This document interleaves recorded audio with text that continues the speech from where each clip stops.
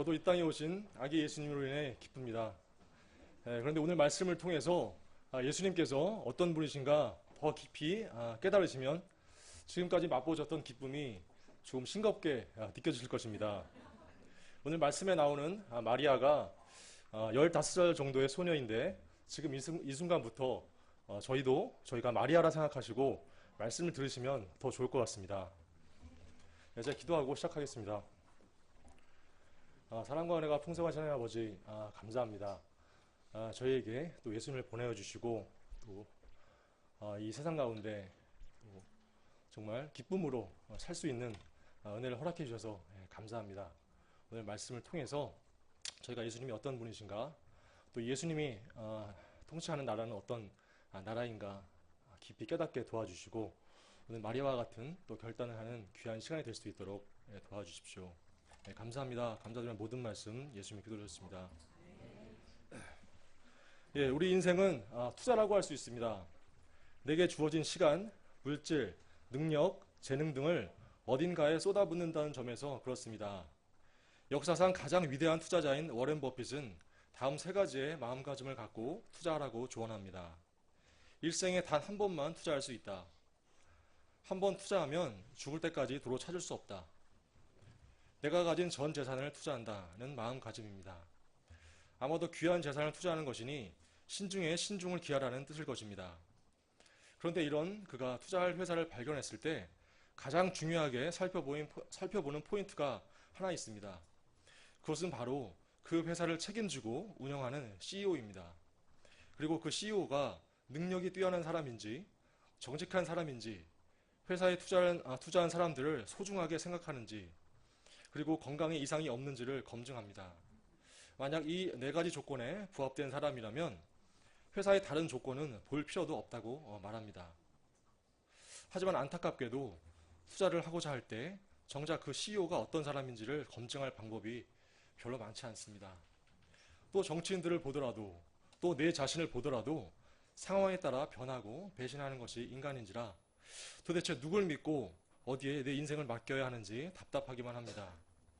그런데 오늘 말씀에서 마리아는 도저히 순종할 수 없는 상황에서 자신의 삶을 주님께 드리는 결단을 합니다. 저희가 말씀을 통해 예수님은 어떤 분이신가, 또 이 예수님이 다스리는 나라는 어떤 나라인가 깊이 깨닫고 저희의 삶을 주님께 맡기는 믿음의 결단을 할 수 있기를 기도합니다. 파트 1, 은혜를 받은 자여, 26절서부터 30절까지입니다. 6개월 전 하나님께서는 천사 가브리엘을 당시 제사장이었던 사가랴에게 보내셔서 내 아내 엘리사벳이 곧 임신하여 아들을 낳을 것이며 그 이름을 요한이라 하라는 메시지를 전하셨습니다. 이 하나님의 은혜는 평생 자식이 없어 고통받던 사가랴 부부의 인생 문제를 단번에 해결해 주신 참으로 기쁜 소식이었습니다. 그리고 이번에는 가브리엘을 갈릴리 나사렛에서 살고 있던 소박한 산골 처녀 마리아에게 보내셨습니다. 당시 그곳은 나사렛에서 무슨 선한 것이 나겠느냐는 멸시와 천대를 받던 지역이었습니다. 그런데 가브리엘은 마리아에게 다음과 같은 이상한 인사를 합니다. 은혜를 받은 자여 평안할지어다. 주께서 너와 함께 하시는도다. 당시 마리아는 다윗의 자손 요셉과 약혼한 상태였기 때문에 그녀의 마음은 온통 요셉과의 핑크빛 결혼으로만 가득하였습니다. 또 믿음으로 가난한 목수였던 요셉과 결혼하기로 한 만큼 큰 걱정은 없었기에 천사의 갑작스러운 인사는 그녀를 당황시키기에 충분하였습니다. 영문 성경을 보면 Mary was greatly troubled로 되어 있습니다. 이는 마치 간만에 큰 마음을 먹고 해외로 휴가를 떠날 계획에 잔뜩 부풀어 있는데 여름 수양의 메신저로 자신의 이름이 거론될 때 드는 이 뭔지 모를 불안감이 아닐까 싶기도 합니다. 또 거의 문자나 카톡으로 대화를 하던 누가 목사님으로부터 어느 날 느닷없이 전화가 걸려올 때의 그런 느낌이 아니었을까 생각되기도 합니다.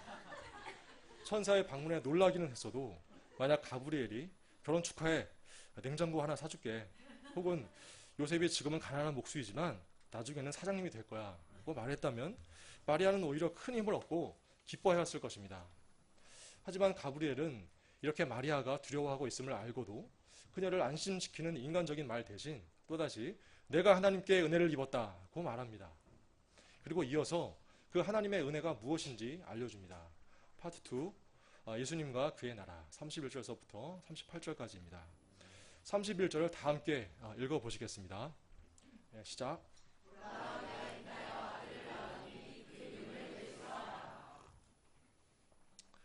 예, 놀랍게도 마리아에게 임한 하나님의 은혜라는 것은 그녀가 임신하여 아들을 낳는 것이었습니다. 그런데 6개월 전 가브리엘이 사가랴에게 전한 이와 똑같은 메시지는 누가 봐도 또 누구나 받고 싶은 하나님의 은혜 중에 은혜였지만 아직 결혼도 하지 않은 마리아가 임신하여 아들을 낳는다는 소식이 과연 은혜일까요? 당시 이스라엘의 독특한 결혼제도는 약혼을 한 후에도 1년 동안 순결 의무가 부과되어 동침할 수 없었습니다. 그래서 약혼 후 부부라고 서약만 하고 실제로는 1년 동안 각자 집으로 돌아가 따로 지내다가 1년 후에 정식으로 결혼식을 올렸습니다. 아마 믿음이 있는 사람도 이런 어처구니 없는 예상 밖의 말을 들으면 화가 치밀어 올라 천사라 할지라도 당장 꺼지라고 소리라도 쳤을 것입니다. 그런데 놀랍게도 성경에는 마리아가 이 말을 듣고 화를 내거나 혹은 처음 가브리엘의 방문을 받았을 때처럼 당황했다는 말이 쓰여 있지 않습니다.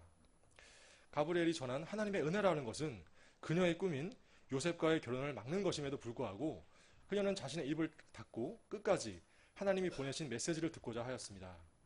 우리는 그동안 살면서 경험을 통해 나의 소중한 꿈과 계획이 방해받거나 깨진다는 것이 얼마나 받아들이기 힘든 것인지 잘 알고 있습니다. 그렇다면 마리아는 도대체 어떻게 이런 상황 속에서 덤덤해 보일 수 있을까요? 너무나 충격적인 말에 아예 할 말을 잃어버린 걸까요? 아니면 하나님의 말이니까 그냥 무조건 따라야겠다고 마음을 바꾼 것일까요? 아닙니다. 그녀는 설마 했던 하나님의 은혜가 처녀인 자신이 임신하여 아들을 낳으리라는 말을 듣고 속으로 누구보다 당혹스럽고 두려웠을 것입니다. 왜냐하면 처녀인 자신이 임신하여 아들을 낳는다는 것은 자신의 가장 소중한 꿈을 포기해야 한다는 것을 의미하였기 때문입니다. 또 누구보다 정결한 여인에서 가늠한 여인으로 오해를 받아 요셉으로부터 버림을 받을 뿐 아니라 사랑하는 가족과 사람들로부터 온갖 모욕과 수치를 당하여 이 세상에 홀로 버려져야 했기 때문입니다. 또 이 사실이 세상에 알려질 경우에는 율법에 의해 돌에 맞아 죽을 수도 있다는 것을 잘 알았기 때문입니다. 그런데 이런 상황 속에서도 그녀의 마음에는 이상하게도 내가 하나님의 은혜를 입었다는 말과 주께서 너와 함께 하신다는 말이 잊혀지지 않고 그 마음에서 되울려왔습니다. 이 또한 하나님의 은혜였습니다. 그런데 이렇게 하나님의 은혜라고는 하지만 충격적인 메시지를 전한 가브리엘은 곧이어 이번에는 그녀가 잉태하고 낳게 될 예수가 어떤 분이신가, 그리고 그는 어떤 왕이며 그의 나라는 어떠한 것인지 알려줍니다. 보통 세상에서는 상대에게 일을 시킬 때 보상을 해줍니다. 일을 해주면 월급을 받는 것입니다.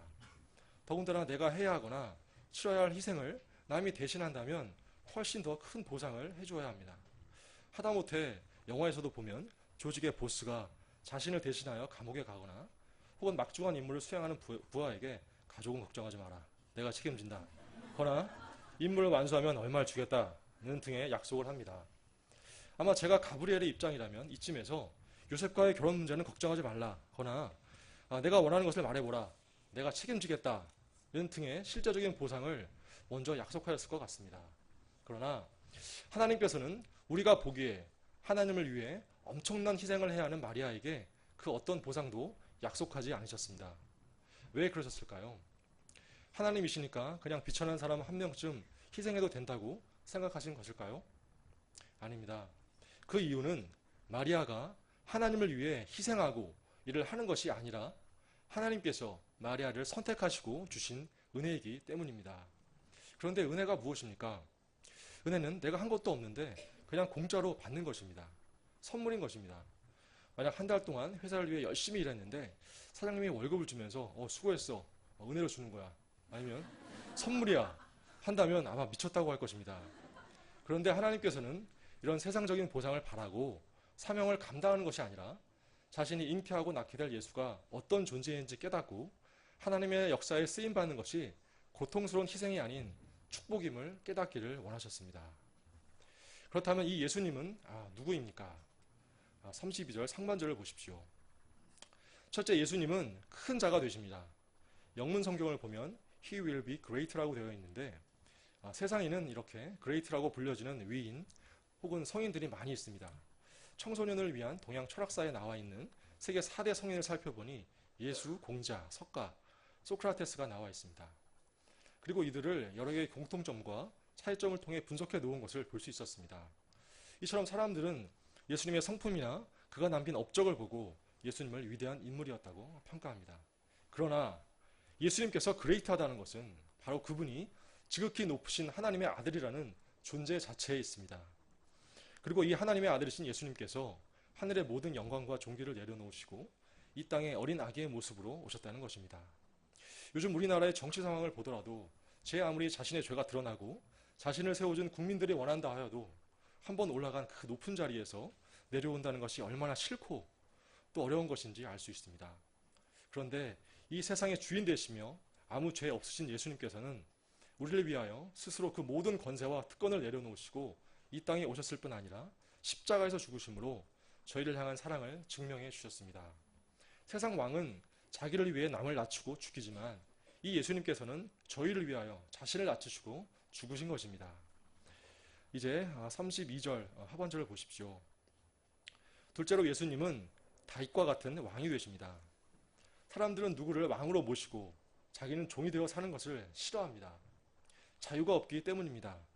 맞는 말입니다. 그러나 예수님을 나의 왕으로 모시고 나는 그분의 종이 되어 사는 경우에는 예외입니다. 왜냐하면 진정한 자유는 주님만이 주실 수 있는 것이기 때문입니다. 이는 우리가 경험을 통하여 잘 알고 있습니다. 과거 우리는 주님께 잡히면 자유가 없어지는 줄 알고 정말 필사적으로 도망쳤고 그 결과 죄의 종이 되어 자유 없는 비참한 삶을 살았습니다. 그러나 예수님의 종이 되고자 했을 때 죄사함을 얻어 진정으로 자유를 누리게 되었습니다. 우리 인생은 양과 같다고 합니다. 그런데 양들도 여러 종류가 있습니다. 작년이 을미년 양의 해라 TV에서 어느 기암절벽에 서식하고 있는 산양의 모습을 보여주었습니다. 그들은 얼마 있지도 않은 풀을 구하려고 위험한 낭떠러지를 이리저리 뛰어다니고 있었습니다.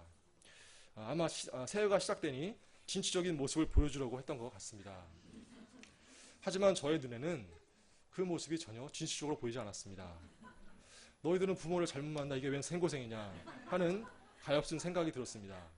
그때 대관령 양떼 목장에서 한가롭게 풀을 뜯는 양들 생각이 났습니다. 예수님은 우리의 목자가 되셔서 당신의 푸른 초장으로 부르십니다. 그런데 우리는 그 좁은 입구만 보고 또 튼튼하게 만들어진 울타리만을 보고 그곳에 들어가면 자유가 사라질 것이라고 생각합니다. 하지만 일단 들어가 살다 보면 예수님의 목장이야말로 끝이 없는 광활한 곳이며 먹이가 풍성하며 경쟁할 필요가 없는 곳이며 튼튼한 울타리가 있어서 늑대나 이리와 같은 맹수로부터 보호해주는 가장 안전하고 자유한 곳임을 깨닫게 됩니다. 그런데 이렇게 우리를 위하여 죽으실 정도로 우리를 사랑하시며 또 우리를 안전하고 자유롭게 하시는 전지전능한 왕이라 할지라도 언제 죽을지 모른다면 또 영원히 나와 함께 할 수 없다면 이 왕에게 나의 인생을 맡길 수 있을까요? 이제 33절을 보십시오. 다 함께 읽어보겠습니다. 시작.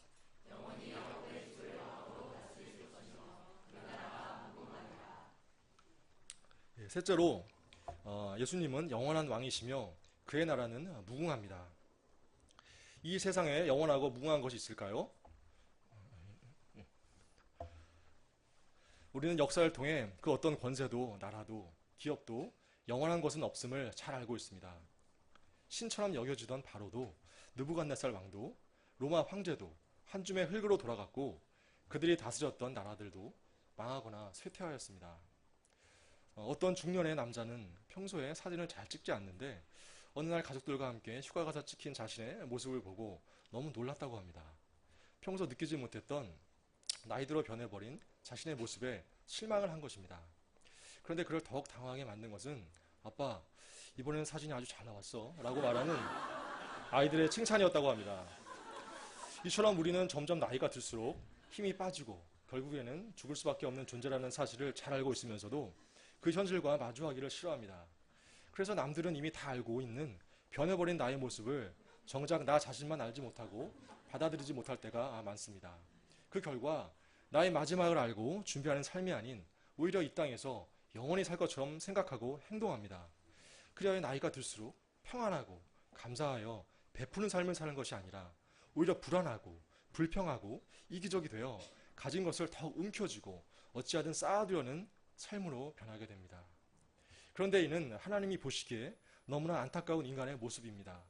왜냐하면 하나님은 이런 죄와 육신의 한계 속에 슬퍼하고 고통당하는 인간들을 구원하시기 위해 이미 예수님의 십자가를 통해 구원의 길을 허락하셨기 때문입니다. 이 땅에 살면서 연약한 우리가 끝까지 감사하며 진정으로 승리할 수 있는 방법은 오직 예수님을 통해 구원을 받고 영생을 누리는 길밖에 없습니다. 34절을 보십시오. 그동안 숨죽이며 가브리엘의 메시지를 듣고만 있던 마리아가 비로소 입을 열어 천사에게 질문을 합니다. 나는 남자를 알지 못하니 어찌 이 일이 있으리까? 사실 그녀의 질문은 우리도 진작부터 하고 싶었던 질문입니다. 이에 가브리엘은 다음과 같은 대답을 합니다. 35절을 같이 읽겠습니다. 시작.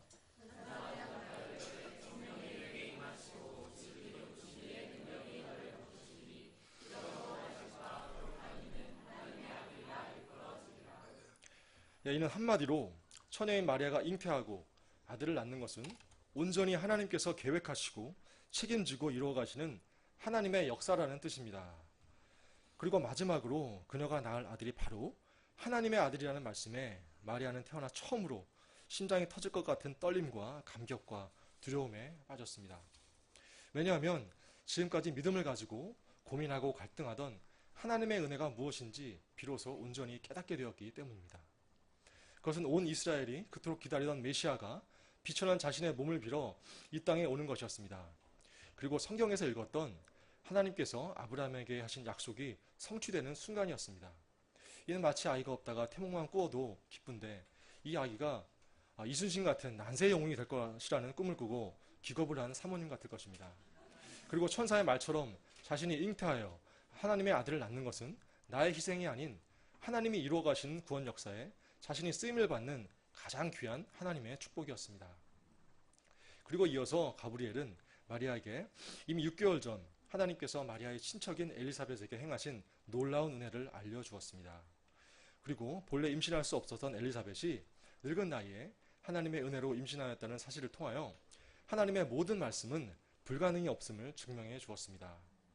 그리고 이제 이 귀한 하나님의 은혜와 자신의 꿈 사이에서 무엇을 선택하는지는 오로지 마리아의 몫이 되었습니다. 얼마의 시간이 흘렀을까요? 놀랍게도 마리아는 자신의 꿈이었던 요셉과의 결혼을 포기하고 온 세상의 여자 가운데서 자신을 택하시고 임하신 하나님의 은혜 앞에 무릎을 꿇습니다. 그리고 다음과 같은 놀라운 고백을 합니다. 다 함께 자신이 마리아라 생각하시고 38절을 읽어보겠습니다. 시작.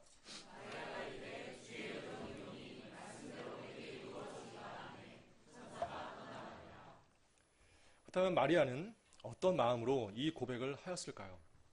하나님이 무서워서일까요? 아니면 하나님이 시키니까 어쩔 수 없이 무작정 한다고 한 것일까요? 그리고 여러분은 어떤 마음으로 고백을 하셨습니까? 메시지 성경을 보니 이 부분이 이렇게 쓰여 있습니다. 이제야 모두 알겠습니다. 나는 섬길 준비가 된 주님의 여종입니다. 그녀의 고백은 믿음이나 깨달음 없이 한 맹종이 아니었습니다. 말씀을 통해 예수님이 누구신지 정확히 깨닫고 이 예수님을 내 인생의 주인으로 영접하며 그의 나라에서 예수님의 종으로 살겠다는 기쁨과 감사의 고백이었습니다. 저희도 마리아처럼 누구도 순종할 수 없는 가운데 믿음으로 최고의 순종을 할 수 있기를 기도합니다. 그리하여 주님을 기쁘시게 하고 영광을 드러내는 삶 살기를 기도합니다. 이제 하나님의 보내심을 받아 지금까지 마리아를 하나님의 은혜로 세계로 인도해 주던 가브리엘도 떠나고 마리아만 혼자 남게 되었습니다. 그리 길지 않은 시간이었지만 하나님이 보시기에 참으로 조마조마한 시간이 아니었을까 생각이 듭니다. 마치 이 시간은 여름 수양회에서 귀한 은혜를 받고 각자의 일상으로 돌아왔을 때와 비슷하다는 생각이 듭니다. 우리는 그때 하나님의 은혜와 나의 계획 가운데서 갈등을 합니다. 그리고 주의 길로 결단할 때도 있는가 하면 또다시 전처럼 나를 위한 길을 선택할 때도 있습니다. 그렇다면 마리아는 그때 어떤 결정을 하였을까요? 파트 3, 엘리사벳과의 믿음의 교제 39절서부터 45절까지입니다. 마리아는 천사가 말한 것을 기억하고 바로 엘리사벳에게로 가고자 마음은 먹었지만 그 순간 요셉의 생각이 많이 났을 것입니다. 그리고 참 미안했을 것입니다. 이 모든 사실을 그에게 먼저 털어놓아야 하는 것은 아닌가 갈등도 했을 것입니다. 또 엘리사벳이 하나님의 은혜를 받은 자라고 듣기는 하였지만 이 나이 많으신 분이 처녀가 임신하는 것에 대해서는 무슨 말을 해주실까 두렵기도 했을 것입니다. 하지만 하나님께서는 계속해서 마리아가 천사의 말을 붙잡도록 하심으로 인간적인 갈등에 빠지지 않고 먼저 엘리사벳에게 가도록 도우셨습니다. 그리고 거기까지 가는 길이 100km가 넘는 멀고 험한 길이었지만 그녀가 결단했을 때 하나님께서는 그곳에 놀라운 은혜를 예비해 놓고 계셨습니다. 40절을 보십시오. 드디어 마리아가 사가랴의 집에 도착하여 엘리사벳에게 문안하였을 때 엘리사벳은 복중에 있는 아이가 평소와 다르게 힘껏 태동하는 것에 깜짝 놀랐습니다. 그리고 마리아로부터 지금까지 있었던 일들을 전해 듣고는 더욱 놀라지 않을 수 없었습니다. 왜냐하면 그녀는 이미 6개월 전 남편 사가랴를 통해 자신이 잉태한 요한이라는 아이가 장차 오실 메시아의 길을 예비하는 자로 쓰임받는다는 것을 알고 있었기에 마리아가 하나님의 아들을 잉태할 것이라는 사실을 들었을 때 이 모든 일들이 하나님의 계획 안에서 말씀대로 이루어지고 있음을 깨닫게 되었기 때문입니다. 이렇게 확신이 생기자 그녀는 성령이 충만해졌습니다. 그리고 아무나 순종할 수 없는 처녀가 잉태해야 하는 고난의 길을 선택한 마리아를 인간적인 위로가 아닌 하나님의 눈으로 바라보고 진심으로 큰 소리로 축복해 주었습니다. 자칫 자신보다 어리고 또 제사장의 부인인 자신보다 비천한 신분의 마리아가 더 큰 하나님의 축복을 받는 것은 아닌가 시기할 수도 있는 상황이었지만 세상은 알아주지 않고 가려하지 않는 이 고난의 길이 축복의 길임을 깨닫고 오직 주님의 말씀만을 믿고 순종해 가려는 마리아를 귀한 동역자로 여기고 아낌없이 격려하고 축복해 준 것입니다. 그리고 마리아는 이렇게 전혀 예상치 못했던 엘리사벳의 믿음의 격려를 받고 또 그녀에게 임한 하나님의 은혜를 확인하며 존귀하신 하나님께서 비천한 자신을 축복하기 위해 부르셨음에 감격하며 심령으로부터 터져나오는 기쁨으로 하나님을 찬양합니다. 전 얼마 전 박리부가 자매님의 말씀 소감을 들으며 큰 은혜를 받았습니다.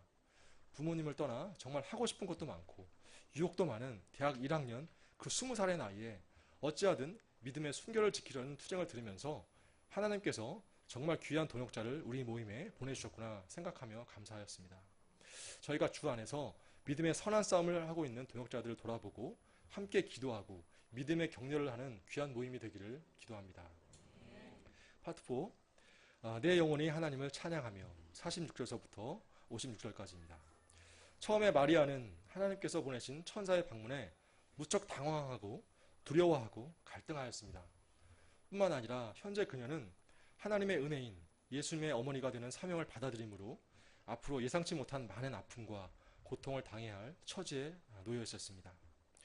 또 하나님을 위해 그 고난의 길을 간다고 해서 그 어떤 축복도 약속받지 못하였습니다. 그러나 지금 마리아는 마치 세상의 축복을 다 얻은 것처럼 깊은 내면으로부터 터져나오는 기쁨과 감사로 하나님을 소리 높여 찬양합니다. 왜냐하면 나의 꿈이 깨어진 줄 알고 갈등했던 그 사명이 결국에는 천사가 전한 말씀대로 하나님의 구원 역사에서 가장 귀하게 쓰임받는 하늘의 비밀임을 깨달았기 때문입니다. 그리고 비천한 자신을 예수의 어머니로서 만세의 복 있는 자로 선택해 주신 주님께 진심으로 감사하였기 때문입니다. 그런데 이쯤에서 여러분께 질문 드리고 싶은 것이 한 가지 있습니다. 만약 주님께서 가브리엘을 통해 여러분께도 마리아와 같은 순종하기 힘든 사명을 맡기신다면 어떻게 하시겠습니까? 네, 주님, 당신의 종이오니 말씀대로 이루어지다 고백하며 순종하시겠습니까? 또 만약 세상의 권세자가 출세를 약속하며 부른다면 어떻게 하시겠습니까? 받겠습니다. 그 마음만 하며 거절하시겠습니까? 왜 우리는 세상 권세자들의 부름은 간절히 기다리고 또 그것을 받고자 어떤 희생도 아까워하지 않으면서 정작 하나님의 부르심에는 주저하는 것일까요? 이는 나를 주님께 드릴 때 받는 하늘의 신령한 축복을 잘 알지 못하고 눈앞에 세상에 주는 축복을 더 귀하게 여기기 때문입니다. 그 복들이 나를 평생 지켜줄 것이라고 생각하기 때문입니다. 그런데 요즘 TV를 보면 세상에 주는 복인 권력과 돈과 출세를 쫓아 살던 사람들이 자주 나옵니다. 사실 우리도 그들이 누리는 세상의 복을 보며 부러워하였습니다. 또 그들에게 잘 보이려 하였습니다. 그러나 하나님께서 그들의 죄를 드러내시자 세상에 주는 복의 실체가 드러났습니다. 잠시의 복을 누렸을지는 몰라도 늘 불안하고 결국에는 수치를 당하고 파멸당할 수밖에 없는 것이 바로 세상의 복입니다. 우리를 평생 지켜줄 것 같았던 그 복들로 인해 오히려 죽을 위기에 처하게 되었습니다. 그러나 하늘이 주는 복은 잠깐의 고난은 있지만 그것과는 비교할 수 없는 영광이 있습니다. 죄로부터 자유함이 있고 평안이 있습니다. 무엇보다 하나님이 영원히 책임져 주시는 삶을 누리게 됩니다. 아브라함에게는 자기 집 소유를 전부 맡긴 나이든 종이 있었습니다.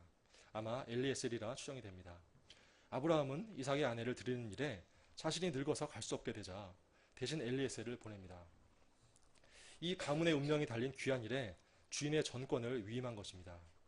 그때 엘리에셀의 마음이 어땠을까요? 왜 또 나야. 저 밑에 젊은 종들도 많은데 저도 늙었다고요? 하면서 귀찮아했을까요? 바쁘니까 다음에 할게요 하며 거절했을까요? 아마 성경에는 나와 있지 않지만 이 귀한 일을 맡겨준 기쁨에 발에 모터가 달린 것처럼 뛰어다녔을 것입니다. 그리고 성경에 나와 있는 것처럼 이삭의 결혼이 잘 진행되자 이 기쁜 소식을 주인에게 빨리 전하고 싶어서 좀 쉬었다 가라는 만류도 뿌리치고 아브라함에게로 돌아갑니다. 저희도 초등학교 때 선생님이 심부름을 시켜주시면 얼마나 좋아했습니까?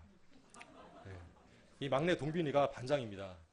특히 수업 중에 반장 임동빈 이것 좀 옆반 선생님께 전해줘 하면 으쓱해합니다. 옆반, 윗반, 아랫반, 등사실, 교무실, 양호실 등등 하루에 12번이라도 시키시면 정말 기쁜 마음으로 뛰어다닙니다. 선생님의 심부름은 동빈이의 삶의 이유입니다. 그런데 선생님께서 이 귀한 일을 다른 친구에게 시키시면 참으로 서운해합니다. 아브라함은 가장 충성스러운 종에게 가장 귀한 일을 맡겼고 그의 종 엘리에셀은 주인의 가장 귀한 일에 쓰임받는 것을 최고의 복으로 생각하고 기뻐하였습니다. 성경의 위대한 인물들인 바울, 다윗, 사무엘도 하나님의 부르심을 받고 마리아처럼 자신을 주님께 온전히 드리는 삶을 살았을 때 가장 아름답고 복된 인생을 살았습니다. 내가 예수님의 종으로 살겠다고 결단하는 것은 누구보다 주님을 사랑한다는 것이고 이는 주님께서 내 인생을 책임져 주시니 오직 주님의 말씀에만 순종하며 살겠다는 것입니다. 그러므로 주님의 종으로서 최고로 잘 사는 것은 바로 주님께서 가장 귀하게 여기는 일에 쓰임받는 것입니다.